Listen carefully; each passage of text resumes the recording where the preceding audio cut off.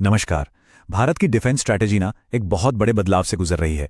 तो आज हम यही समझने वाले हैं कि हवा, जमीन और टेक्नोलॉजी इन तीनों मोर्चों पर आखिर चल क्या रहा है, और सबसे जरूरी बात, भविष्य की लड़ाइयों के लिए भारत खुद को कैसे तैयार कर रहा है। सबसे पहले जरा इस नंबर को देखिए, $3.5 अरब। ये कोई छोटी मोटी रकम बिल्कुल नहीं है। असल में ये आंकड़ा भारत के मिलिट्री एम्बिशंस का एक बहुत बड़ा इशारा है। और जानते हैं यह कीमत किस चीज की है? सिर्फ 6 नए पेट्रोल एयरक्राफ्ट की। तो सवाल यही उठता है कि इतना जबरदस्त खर्च भारत की नई डिफेंस स्ट्रैटेजी के बारे में क्या बताता है। चलिए आसमान से शुरू करते हैं और जमीन तक इसके जवाब ढूंढते हैं। तो सबसे पहले बात करते हैं आसमान की, जहां भारत अपनी नजर और अपनी मारक क्षमता दोनों को एक नए लेवल पर ले जा रहा है।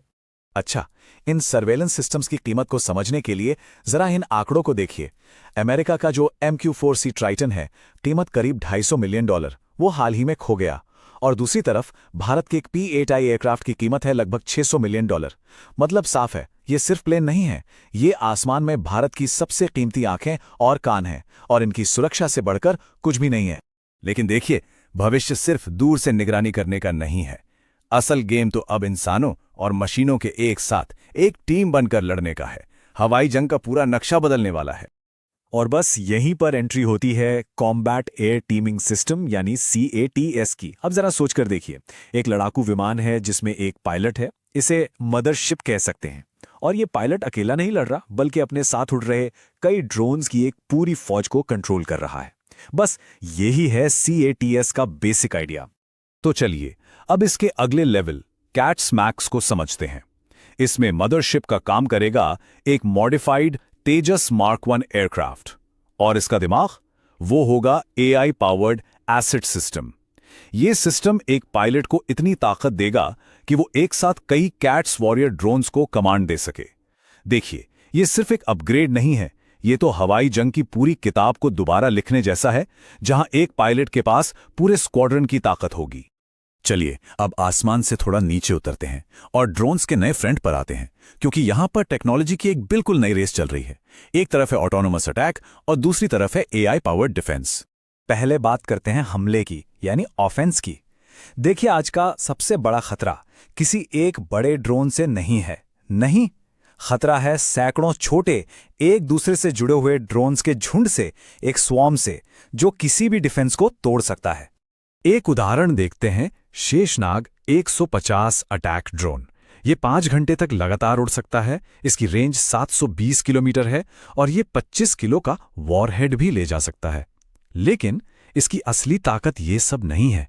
इसकी असली ताकत है झुंड में, यानी स्वॉर्म में अटैक करने की काबिलियत। ये 50 से ज्यादा ड्रोन्स को रियल टाइम में एक साथ कोऑर्डिनेट कर सकता है। मतलब ये एक ड्रोन नहीं, ये तो हवा में तैरती एक पूरी ऑर्गेनाइज्ड आर्मी है। अब जाहिर है, जब हमला इतना एडवांस्ड हो तो डिफेंस को भी उससे एक कदम आगे होना ही पड़ेगा, और इसका जवाब है AI पावर्ड ड्रोन हंटर्स। इन्हें खास तौर पर ऐसे ही ड्रोन झुंडों से निपटने के लिए डिजाइन किया गया है। और इस डिफेंस में ना 2 अलग अलग फिलॉसफीज हैं। एक है कॉम्पैक्ट इंटरसेप्टर, ये पॉइंट डिफेंस के लिए है, मतलब ये झुंड के हमले को रोकने के लिए तेजी से फायर करता है। और दूसरी तरफ है ज़ॉम्बी इंटरसेप्टर। ये एक काइनेटिक किल या कह लीजिए हार्ड किल सॉल्यूशन है। ये AI का इस्तेमाल करके सीधे झुंड के लीडर ड्रोन को ही टारगेट करके खत्म कर देता है। एक बार लीडर गया तो पूरा झुंड अपने आप बिखर जाता है। तो चलिए अब आसमान से उतरकर जमीन पर आते हैं। यहां भारत की स्ट्रैटेजी में एक और बहुत बड़ा शिफ्ट देखने को मिल रहा है, और ये शिफ्ट है विदेशी हथियारों पर डिपेंडेंसी को कम करने का। इसका सबसे बड़ा एग्जाम्पल हमें आर्मर्ड व्हीकल्स की खरीद में दिखाई देता है। ये एक बहुत बड़ी खबर है। अमेरिका के साथ जो स्ट्राइकर आर्मर्ड व्हीकल की डील होने वाली थी, उसे अब ठंडे बस्ते में डाल दिया गया है। और ये सिर्फ एक डील का कैंसिल होना नहीं है, ये एक नई सोच, एक नई दिशा का साफ साफ इशारा है। तो सवाल ये है कि इंडियन आर्मी ने आखिर स्ट्राइकर को क्यों नकारा? वेल, इसके 3 बड़े कारण सामने आते हैं। पहला, इसमें एम्फीबियस कैपेबिलिटी नहीं थी, मतलब ये पानी और जमीन दोनों पर नहीं चल सकता। दूसरा, लद्दाख जैसी हाई एल्टीट्यूड जगहों पर इसके इंजन को लेकर चिंताएं थीं। और तीसरा, जो कि सबसे जरूरी है, ये एक साफ इशारा था कि अब प्राथमिकता स्वदेशी यानी इंडिजिनस ऑप्शंस को दी जाएगी। और ये कोट इस पूरी नई सोच को बिल्कुल साफ कर देता है। कोट है, सेना ने स्वदेशी WAP की ओर एक स्पष्ट बदलाव का संकेत दिया है। बशर्ते ये सेना के ऑपरेशनल बेंचमार्क्स पर खरा उतरे। तो समझिए, ये सिर्फ एक व्हीकल को मना करना नहीं है, ये मेक इन इंडिया को डिफेंस सेक्टर में पूरी ताकत से अपनाने का एक बयान है। तो चलिए अब इन सभी डॉट्स को कनेक्ट करते हैं।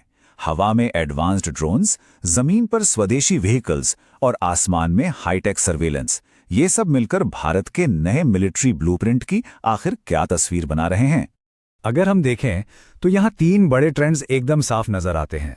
पहला, हाईटेक सर्वेलेंस पे जबरदस्त फोकस, ताकि आसमान और समंदर से सीमाओं को पूरी तरह सिक्योर किया जा सके। दूसरा, ड्रोन रेवोल्यूशन को पूरी तरह से अपनाना, मतलब ऑफेंसिव स्वॉर्म्स और डिफेंसिव एआई हंटर्स दोनों में महारत हासिल करना। और तीसरा और सबसे बड़ा ट्रेंड है आत्मनिर्भरता को प्रायोरिटी देना, यानी विदेशी इंपोर्ट से हटकर अपने देश में बने सॉल्यूशंस की तरफ बढ़ना। तो आखिर में ये सारी बातें हमें एक बहुत बड़े सवाल पर लाकर खड़ा कर देती हैं। जिस रफ्तार से मिलिट्री टेक्नोलॉजी बदल रही है, उसमें भारत की ये आत्मनिर्भरता वाली पॉलिसी, क्या ये एक स्ट्रेटेजिक एडवांटेज बनेगी या फिर एक बहुत बड़ा और महंगा जुआ साबित होगी? आने वाले वक्त में भारत की सुरक्षा कैसी होगी, इसका जवाब शायद इसी सवाल में छिपा है।